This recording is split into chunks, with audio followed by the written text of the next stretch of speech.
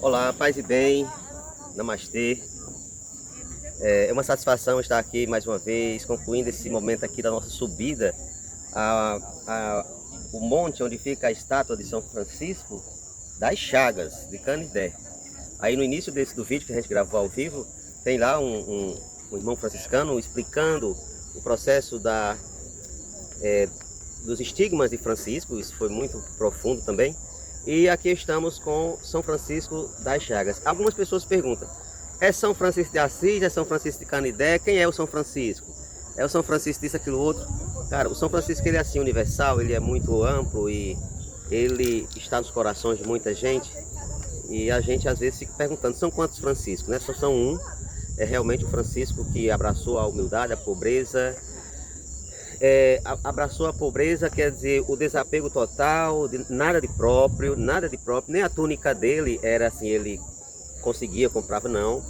Tudo era emprestado, enfim, ele simplesmente teve assim esse total desapego de si para ganhar Deus na sua alma, na sua vida e ter a todos. Quando você consegue essa grandeza de sair um pouco de si, parece que as coisas se tornam mais favoráveis, no sentido de que a vida se torna mais leve e você não vai viver preocupado, apegado, se vai perder isso, se vai perder aquilo, se vai ganhar tanto, se não vai ganhar. Mas você vive feliz, deixa fluir, deixa que o universo, Deus, a paz, o bem, o amor transforme nossa vida e nos ensine o caminho certo, na atitude correta, na forma mais, digamos assim, de cristã, ética, de uma paixão, assim como Francisco viveu, se assemelhando, claro, imitando Jesus Cristo. Porque São Francisco, ele foi, claro, cristão, dele mesmo, ele se considerava um nada. Então, se ele tinha alguma coisa, era a alma, e a alma é de Deus, e a alma Deus nos deu, e enfim, o corpo, inclusive ele maltratou bastante o corpo dele, mas no final da vida, lendo assim, a gente vê que ele pediu desculpa ao irmão corpo, né, por ele ter sido tão cruel com o seu corpo. Mas não só porque ele quis, não é só uma questão de se autoflagelar de forma gratuita só para conseguir algum mérito. Não, isso não é vaidade, né? Ele não entendeu isso. Acho que Francisco de Assis foi um homem, um cristão assim, que se despojou, digamos que avessou, né, toda a sua humanidade, no sentido de ser esse homem desnudo, transparente, e que Deus habitasse na vida dele. E aí Francisco foi esse ser humano primeiro a receber no seu corpo as chagas, né? Depois na história, na tradição católica cristã, vieram outros, tá? Então, mas a gente sabe que Francisco de Assis, ele nos ensina a viver.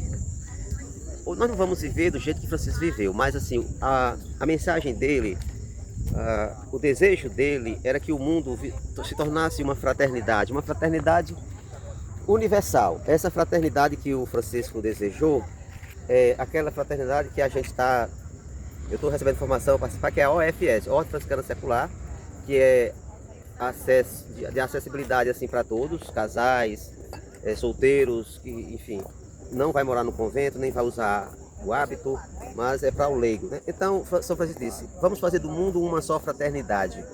E a regra dessa fraternidade, ele deixou a regra, né? E inclusive com, claro, a bênção e a aprovação da Santa Igreja Católica, do Papa, tá?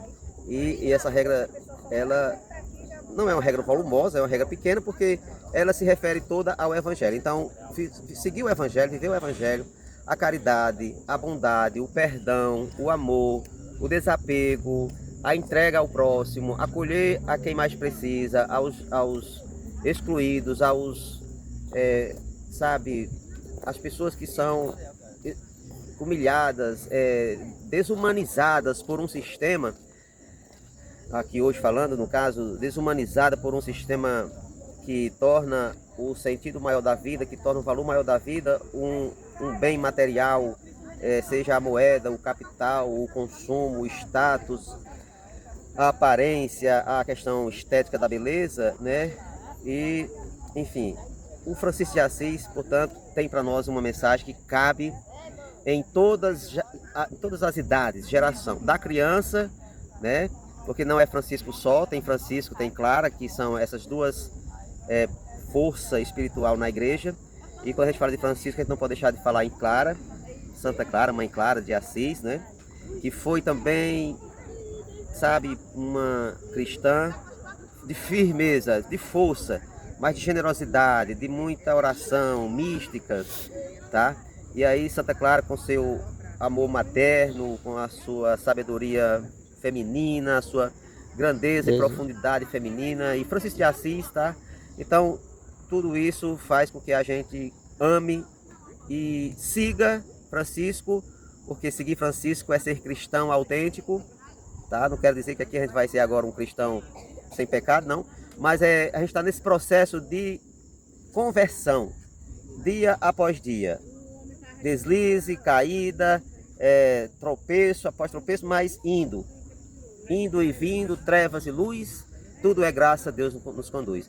Então aqui a gente vai com esse momento, namastê, paz e bem, namastê. Eu falo assim para meus alunos, né? Adolescentes de ensino médio, escola do governo, não é uma escola que tem uma fé, né, que professa uma fé, é uma escola laica, mas eu digo com eles, né? Quando eles estão assim agitados, a gente vai fazer um mantra, a gente vai fazer uma meditação, eu digo, opa, namastê, paz e bem, aí eles, namastê, eles gostam, né? Enfim, quem não se apaixona por São Francisco? Gente, um abraço no coração, gratidão, paz e bem, namastê. Paz e bem. Gratidão. Oh, valeu, meu grande Edson. Um abraço. Gratidão.